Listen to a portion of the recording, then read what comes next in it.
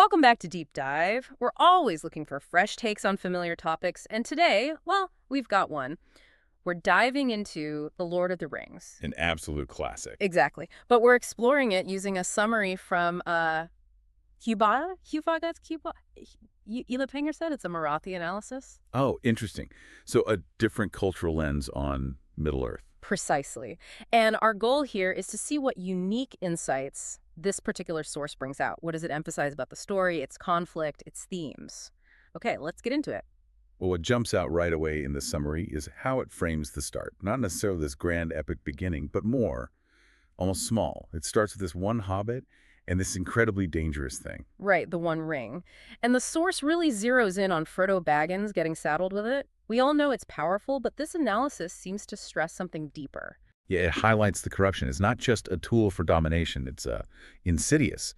The summary emphasizes how it warps the will, twists desires, makes its very existence this fundamental threat to everyone. So destroying it isn't just about defeating Sauron militarily. Exactly.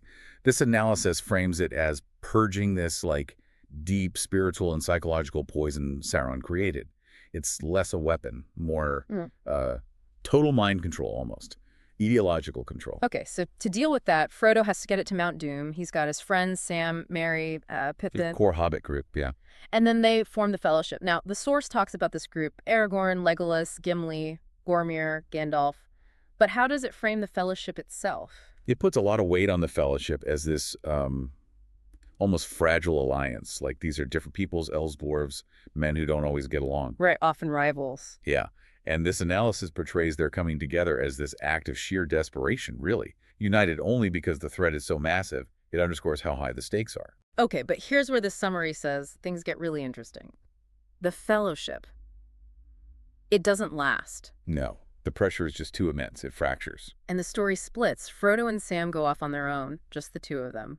Well, plus Gollum. Right, Gollum, who's both guiding them and, a constant danger because of his history with the ring. And while they're dealing with that internal struggle, that ring wearing Frodo down. The bigger war is kicking off elsewhere. Aragorn, Legolas, Gimli step up, leading these huge battles. Yeah. Gandalf comes back, more powerful. But the source highlights something else too, right, with the hobbits? Yes, specifically Merry and Pippin. What this analysis finds remarkable is how these smaller, you might say, less likely characters become genuinely heroic. They're not just companions anymore. They play these really crucial roles in the fight. So that classic theme, strength from the small, the humble. Absolutely.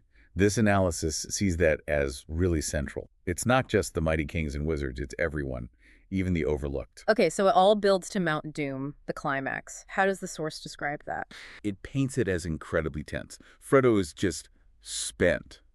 The ring's got him, basically. He's right there at the edge, and he nearly fails. He claims it for himself. He does. And it's not some heroic sacrifice that saves the day. It's Gollum. Gollum's obsession. Yeah, his absolute need for the ring. He attacks Frodo, bites the ring off his finger, and then just falls into the fire. Takes the ring with him. Wow. So the ring is destroyed, but almost by accident, driven by its own corrupting influence on Gollum. That's how this analysis seems to read it. It's the ultimate proof of the ring's nature. It consumes everything, even the person who helps destroy it in the end. And with the ring gone, Sauron's finished. Peace returns, Aragorn becomes king, order restored. Hope wins, yeah. So looking back through the lens of this specific Marathi analysis, what are the big takeaways for you? Well, beyond the obvious good versus evil, this source really hammers home that corrupting nature of power. The ring is a symbol of that. And the strength you find in unexpected places, like with the hobbits, and friendship, loyalty, obviously. That unity theme, too, even if it was fragile, holding on to hope. Definitely. But what I think is particularly poignant in this summary is the reflection on the aftermath. What do you mean? Middle-earth is saved, yes. But Frodo, he's scarred. Not just physically, but, deeper. He carried that burden. He can't quite find peace back home. No. And eventually, he leaves Middle-earth, sails away with Gandalf and the elves to the Undying Lands, seeking a peace he couldn't find in the world he helped save. That's a powerful thought to end on. It is. This analysis leaves you asking, even when you win, what's the real cost? What does peace actually look like for those who bore the absolute worst of it?